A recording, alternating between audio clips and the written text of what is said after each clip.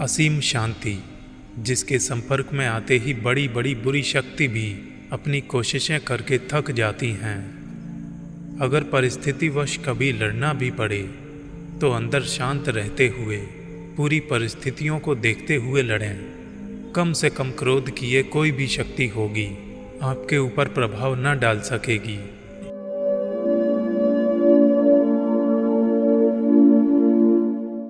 कभी कभी लाइफ में ऐसा होता है कि आप हार कर भी जीत जाते हैं। कैसे? वर्षों पुरानी बात है। एक राज्य में एक महान योद्धा रहता था। वो कभी किसी से हारा नहीं था। बूढ़ा हो चला था लेकिन किसी को भी हराने की दम रखता था। तो इस हिसाब से चारों तरफ उसकी प्रसिद्धि थी।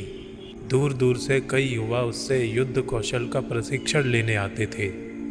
तो हुआ ये कि एक दिन एक युवा योद्धा उसके गांव आया। वो काफ़ी घमंडी और अहंकारी था और वो उस महान योद्धा को हराने का संकल्प लेकर आया था ताकि ऐसा करने वाला वो पहला व्यक्ति बन सके। बेमिसाल ताकतवर होने के साथ ही उसकी खूबी दुश्मन की कमज़ोरी पहचानने और उसका फ़ायदा उठाने में थी। वो दुश्मन के पहले वार का इंतज़ार करता, इससे वो उसकी कमज़ोरी का पता लगा लेता था। फिर शेर की ताकत और बिजली की गति से उस पर पलटवार करता, यानी पहला वार तो उसका दुश्मन करता लेकिन आखिरी वार इस युवा योद्धा का ही होता था। अपने शुभचिंतकों और शिष्यों की चिंता और सलाह को नज़रअंदाज करते हुए बूढ़े योद्धा ने इस लड़ाके की चुनौती कबूल की। जब दोनों आमने सामने आए तो युवा लड़ाके ने महान योद्धा को अपमानित करना शुरू कर दिया। उसने बूढ़े योद्धा के ऊपर रेत मिट्टी फेंकी। बूढ़े योद्धा को गालियां देता रहा।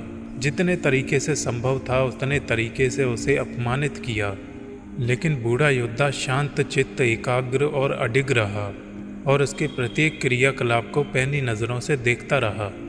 वो युवा योद्धा थकने लगा। अंततः अपनी हार सामने देखकर वह शर्मिंदगी के मारे भाग खड़ा हुआ। बूढ़े योद्धा के कुछ शिष्य इस बात से नाराज और निराश हुए कि उनके गुरु ने गुस्ताख युवा लड़ाके से युद्ध नहीं किया, उसे सबक नहीं सिखाया। इन शिष्यों ने गुरु को घेर लिया और सवाल किया, आप इतना अपमान कैसे बर्दाश्त कर सकते हैं? आपने उसे भाग जाने का मौका कैसे दे दिया? उस बूढ़े महान योद्धा ने जवाब दिया, यदि कोई व्यक्ति आपके लिए कुछ उपहार लाए लेकिन आप लेने से इनकार कर दें, तब यह उपहार किसके पास रह गया? देने वाले के पास ही ना। इसी तरह जीवन भी है। सबसे ज़्यादा परीक्षा तो आपके धैर्य की ही होती है, आपकी सहजता की ही होती है। आपको अपने कार्यों को करते हुए निरंतर बाधाएं आती हैं। कभी क्रोध भी आता है और कभी आपको अपने धैर्य का भी परिचय देना पड़ता है।